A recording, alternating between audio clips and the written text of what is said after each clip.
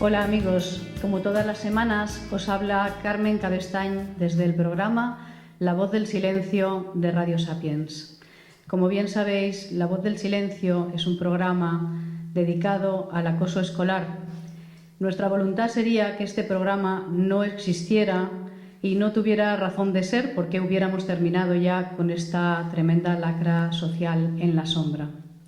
Hoy es un día especialmente feliz para mí, en el sentido de que por primera vez van a tomar la palabra jóvenes que han sufrido este tema de acoso, concretamente cuando eran pequeñitos en primaria. Ellos nos contarán los pormenores. Les agradezco especialmente que hayan tenido la valentía de acercarse a los micrófonos de Radio Sapiens, de querer participar en nuestro programa para dar testimonio de lo que les pasó. Ellos se presentarán mejor. Tengo que deciros que aparecen con su propio nombre, porque como he dicho, son muy valientes y quieren ayudar a otras personas. Escucharemos también el testimonio un tanto duro de un joven de 19 años y agradecemos también de manera muy especial a este joven que haya querido contarnos cuál fue su experiencia, pero en este caso desde el otro lado, porque él fue acosador en su momento. Ahora quiere reparar el daño que hizo a otras personas y quiere ayudar y por eso colabora con nosotros. Pues escuchamos y nos decís qué os parece.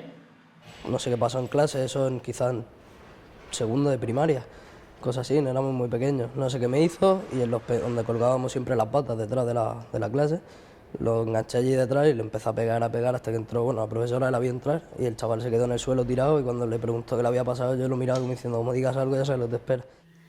¿Qué opináis de este tema? ¿Qué os parece que un acosador haya decidido contar lo que hizo y lo que pasó cuando era más joven? Joel. Me parece que está bien por el tema de que así podemos saber lo que él pensaba en ese momento y así saber cómo pensaba él. Claro. Preséntate, ya que yo no lo he hecho. Me llamo Joel, tengo 14 años y sufrí el acoso cuando tenía eso de 8 o 9 años. Muy bien. Yaiza, ¿a ti qué te parece que dé testimonio este joven? Me parece bien porque nosotros al ser acosados nunca pensamos lo que pueden pensar desde la otra parte y tampoco los problemas que pueden tener ese momento o por qué le pasa en la cabeza. ¿Quieres presentarte? Me llamo Yaiza, tengo 13 años y sufrí acoso escolar cuando tenía entre 8 o 9 años también. Y Edgar, ¿qué te parece a ti? Pues a mí me parece bien siempre que primero de la confesión haya pedido perdón a todo lo que ha hecho daño antes de hacerlo públicamente. Y bueno, yo me llamo Edgar y sufrí acoso en primaria, pues por los 6 o 8 años. ¿Y cómo empezó eso? ¿Quieres contarnos? Pues todo empezó porque yo pues era diferente a los demás, pues porque no me gusta lo típico esto del fútbol y estaba en una clase que todos los niños empezaban fútbol y también pues que me dejaban siempre aparte, pues era como si yo fuera un bicho raro. ¿Tú te sentías así? Yo por lo menos sí, porque estaba casi todo el tiempo en el colegio solo. Claro. El único momento que estaba feliz pues era cuando llegaba a mi casa y estaba con mi madre, con mis familiares. Claro, es decir, que te hacían sentir mal con esos comentarios. ¿No llegó a ser un acoso físico? No, pero psicológico. Psicológico. Como decimos tantas veces, queridos oyentes, quizá el acoso que más duele no es el que nosotros pensamos, el físico, el de los golpes, el de las patadas, sino que muchas veces es el acoso por exclusión, por marginación, el acoso, como decía Edgar, psicológico. Yaiza, cuéntanos tú. Yo llegué nueva a un colegio por cosas que pasaron y el primer día estuvo bien y yo fui pues como soy siempre, me presenté y todo y mi comportamiento era pues el de siempre. Y fueron pasando el tiempo, meses y todo, y hubieron personas que en ese momento se ve que no les caía bien o algo, y empezaron a pegarme, a insultarme y todo. Ujú. ¿Puedes dar algún detalle más de cómo se producía eso? ¿En qué situación, en qué momento, en qué lugar? En el patio, por ejemplo, o en clase o en los pasillos donde les pillara. Hemos dicho que tú tenías 8 o 9 años, ¿es así? Cuando tú ibas al patio, ¿qué pasaba? Que yo bajaba tranquilamente las escaleras para ir al patio y me ponía ahí mismo siempre en el mismo sitio de siempre. Y pues entonces me hacían como un medio círculo, Te acorralaban. sí, y empezaban a decirme cosas y llegas a un cierto punto ¿Qué cosas, perdona? que era fea, que me vestía mal, que olía mal, que tenía el pelo mal y todo, y llegaron a cierto punto que ya de tantas cosas que me habían dicho, que ya ahora si me dicen lo contrario no me lo creo, que ya siempre, de tantas veces que me han dicho que soy fea y todo, pues entonces lo digo hasta yo misma, porque yo lo creo. ¿Y crees que eso viene desde aquel momento porque te lo repitieron muchas veces? Yo creo que sí, que es de todo. Ujú. ¿Y entonces qué pasaba? ¿Estabas en un banco, no es eso? ¿Te sentabas en un banco en el patio? Bueno, un banco no era como... Es que no sé cómo explicarlo. Bueno, es igual. Y entonces se acercaban Sí, y aparte de decirte todas estas cosas, ¿qué pasaba? me Con el bocadillo. pegaban, me quitaban el bocata muchas veces, o lo tiraban, o hacían cualquier cosa. ¿Y entonces qué hacías tú para defenderte? Yo me quedaba quieta, porque en ese momento me quedaba en shock, no sabía qué hacer. Ujú. ¿En algún momento pensabas en huir, en escaparte? No. ¿Te quedabas como bloqueada? Sí. ¿Alguna vez pasó algo en los lavabos? Porque, para que nuestros oyentes sepan, el acoso escolar se suele producir en lugares donde no hay vigilancia. Se suele producir en los pasillos, en algún recoveco del pasillo, en algún recodo. Se suele producir en los patios, también en los gimnasios, en los lavabos. ¿Hubo algún episodio así, por ejemplo, en el lavabo? Sí, un día después de gimnasia estábamos cambiándonos y siempre pues había un rollo de papel para quien lo necesitaba. Y les dio por coger papel, mojarlo y tirármelo. Ujú. Y entonces, ¿tú qué hacías cuando sucedía esto en el lavabo? ¿Llamabas a alguien? ¿Preguntabas pedías ayuda a algún profesor o a alguien? No, yo directamente, como lavadora también de puertas, pues lo que hacía era encerrarme y ellas mayormente se subían al váter, como lo de la parte de arriba está descubierta, pues lo tiraban desde ahí. Ujú. ¿Y por qué no se lo contabas a algún profesor? Por miedo y porque también me decían que como dijese algo que iban a sufrir el doble o iban a pasar cosas. O sea, que estabas amenazada. ¿Y no pensabas que algún profesor te podría ayudar o podría terminar con esa situación o podía más ese miedo? No, podíamos ese miedo, aparte que si se lo decíamos a un profesor siempre dice lo mismo, de que no, que son tonterías de críos, que es un juego. Ujú. Ya. ¿Y a tus padres, a tu familia, se lo contaste? No, hasta que se dieron cuenta mis primas y se lo dijeron a mi madre. Bien. ¿Crees que ese episodio, eso que te pasó, está ya superado después de unos añitos o todavía en algún momento te hace sufrir o te afecta de alguna manera?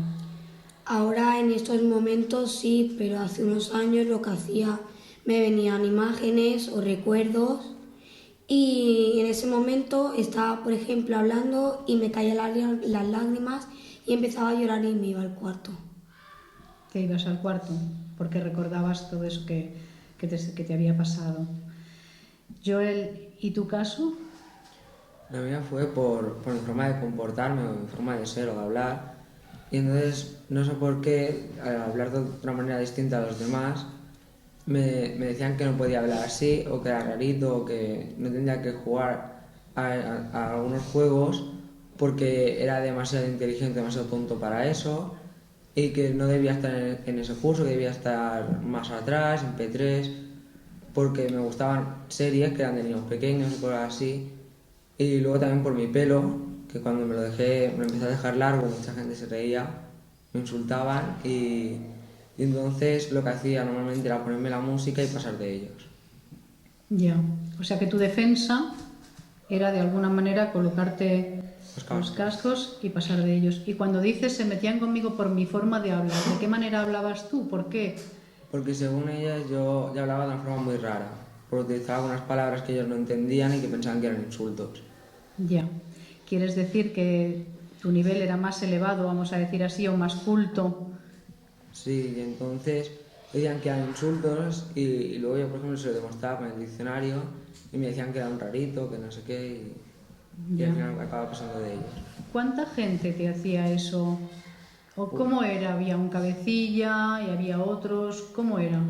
Normalmente empezó uno, pero de broma, en plan, o yo pensé que era de broma, y se acabaron uniendo más gente y más gente acabó siendo uno un cabecilla y se acabaron metiendo muchos conmigo. Tenía algunos amigos que me ayudaban de vez en cuando podían e intentaban ayudarme.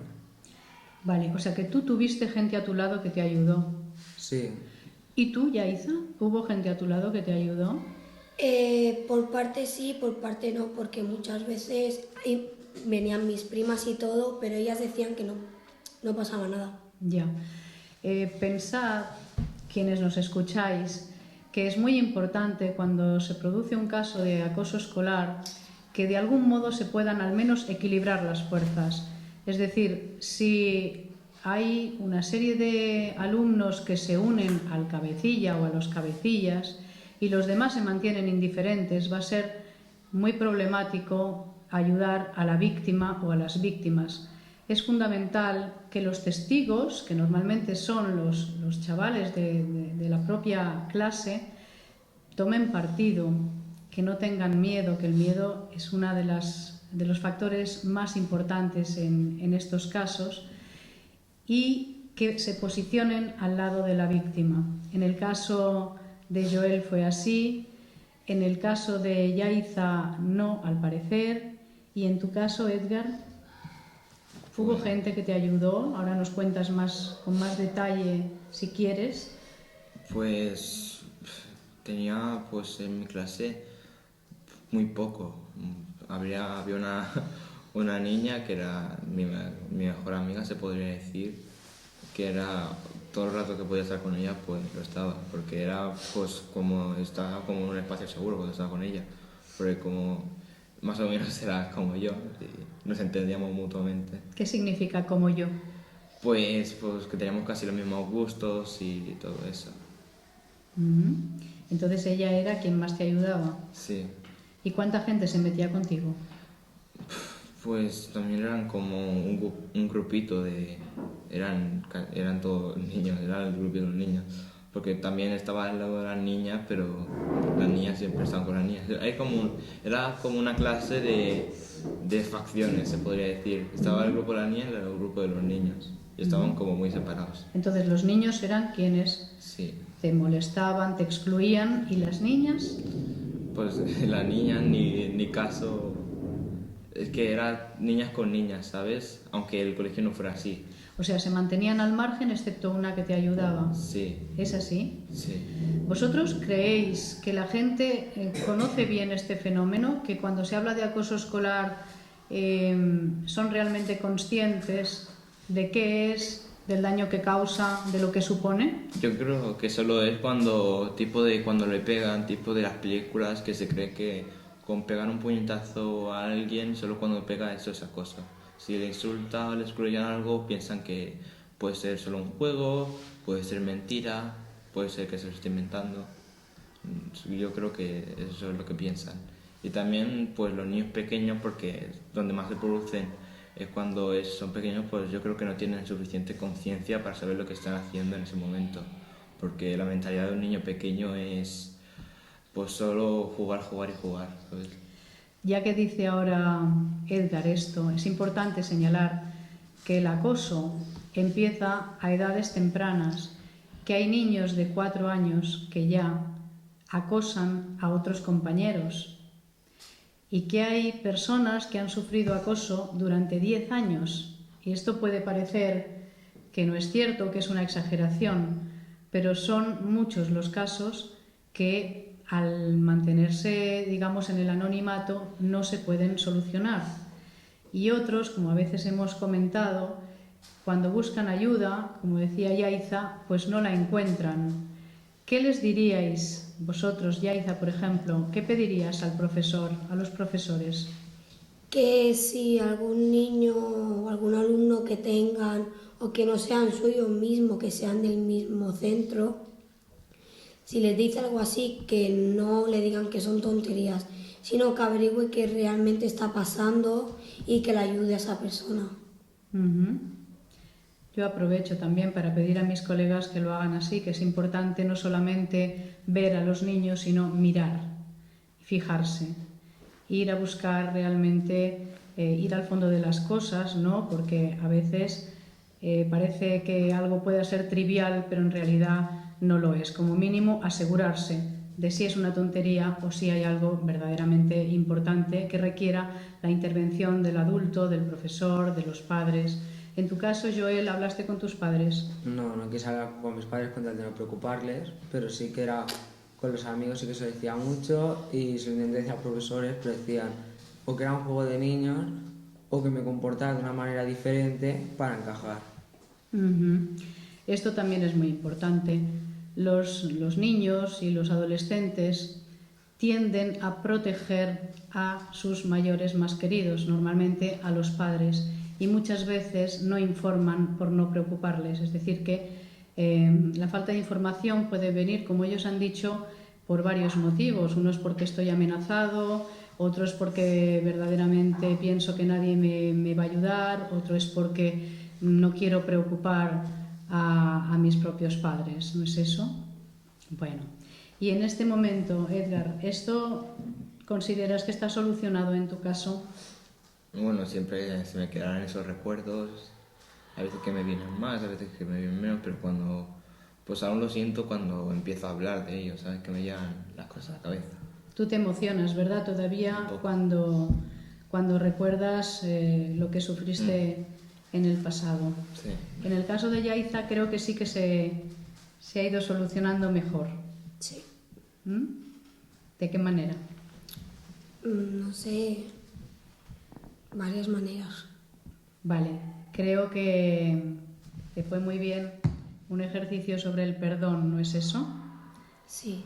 Vale, ese ejercicio, aprovecho para decirlo, consiste en perdonar, pero no desde un punto de vista, vamos a decir, religioso ni cristiano, sino que es una manera de desligarse de esos recuerdos, de ese dolor, de esa persona que nos hizo daño. O sea, es un perdón que más bien beneficia a uno mismo, ¿no? Bueno, ahora no tenemos tiempo de extendernos en cómo se puede hacer, pero evidentemente el acoso tiene solución y hay muchas estrategias para poder solucionarlo. Bien, pues muchísimas gracias por vuestra presencia aquí y vamos a escuchar el último testimonio para que cosas como esta no vuelvan a suceder. Claro, pues que todo el mundo que tenga este problema como yo tenía, por ejemplo, se sienta mal con esta gente, o sea, con la gente que necesite pagarlo con los demás, se lo piense y piensen que hay un mañana, que todos crecemos y que tenemos otro futuro que no es el que pensamos cuando somos niños. O sea, que yo, los niños que son como eran, como yo pensaba, por ejemplo, en aquella época, darles esa reflexión, que todo cambia con el paso del tiempo, las cosas se ven muy mal y después las ven mucho mejor, seguramente.